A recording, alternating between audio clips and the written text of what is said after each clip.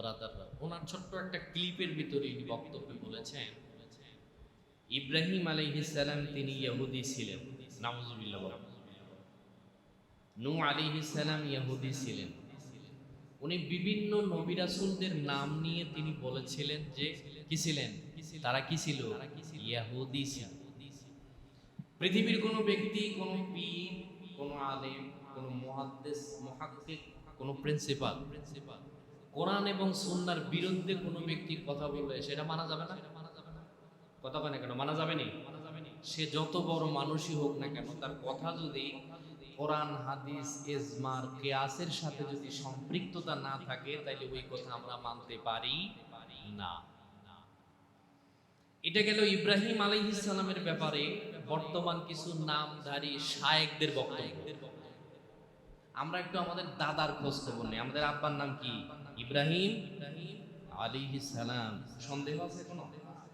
মিল্লাতা আবিকুম ইব্রাহিম হুয়া সাম্মাকুমুল মুসলিমিন। মুসলমানদের জাতির পিতা হযরত ইব্রাহিম আলাইহিস সালাম।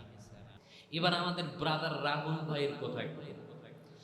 তিনি তার বক্তব্যের ভেতরে বারবার বলেছেন সমস্ত নবী রাসূলরা ইহুদি ছিল, শুধু মুহাম্মাদুর রাসূলুল্লাহ সারা। নাউজুবিল্লাহ, জোরে বলেন না।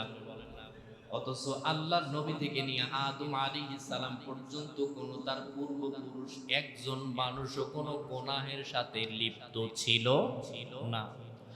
আল্লাহ রাব্বুল আলামিন বলছেন, মা কানা ইব্রাহিমু ইয়াহুদিয়্যান ওয়ালা নাসরানিয়্যান ওয়ালাকিন কানা হানিফাম মুসলিমা ওয়া মা কানা মিনাল মুশরিকিন। ইব্রাহিম আলাইহিস সালামের ব্যাপারে আল্লাহ বলেন, ইব্রাহিম নবী ইহুদিও ছিল না, মুশরিকও ছিল না, তিনি ছিল মুসলমান। শুধু তাই নয়, তিনি মুশরিকদের অন্তর্ভুক্ত ছিল না।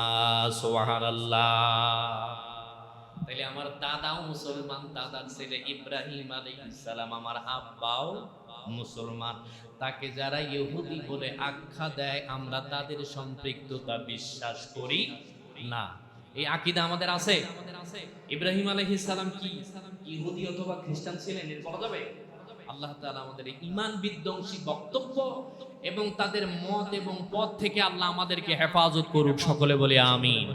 যেখানে আল্লাহ বলেছেন, মা কানা ইব্রাহিমু ইয়াহুদিয়্যান ওয়ালা নাসরানিয়্যা।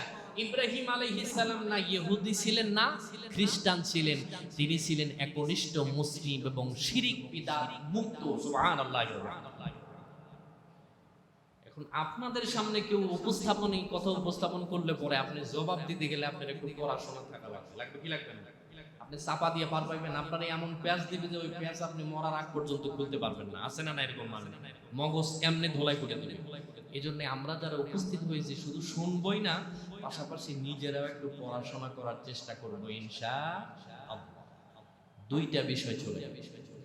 আর একটা বিষয় আমাদের সাম্প্রতিক সময় একেবারে ভাইরাল টপিক, নামাজের আগেও দেখে আসলাম। আল্লাহর নবীর নবুয়তি কি 40 বছরে তিনি নবী হইছেন নাকি 40 বছরের আগে হইছেন? এটা নিয়ে আমাদের দেশে দ্বন্দ্ব আছে না নাই? আছে। এক দল আর এক দলকে কাফের বানাই দিতেছে, আবার হে আর এক দলকে কাফের বানাই দিতেছে, এরকম ঠিক কি না? আছে না নাই? আমি উভয় পক্ষকে বলি, আপনারা নিজেদের মতকে প্রতিষ্ঠিত করার জন্য কখনো কোরআন এবং সুন্নাহর বাইরে কোনো কথা মানুষকে বলতেও যায়েন না, মানতেও যায়েন না। কোরআন এবং সুন্নাহ ভিত্তিক কথা বলে আমরা মানতে রাজি আছি, আছি না নাই? সেটা যে কেই হোক না কেন, যে দলের বা যে মতের হোক না কেন, কোনো ব্যক্তির কথা যদি কোরআন, হাদিস, ইজমা, কিয়াসের সাথে, আমলের সাথে মিলে যায়, তাহলে আমরা সেটা আহলে সুন্নাত ওয়াল জামাত যারা আছি তারা মানতে সেটা বাধ্য। ঠিক কিনা জোরে বলেন? গায়ের জোরে নয়, চাপাবাজি করেও নয়।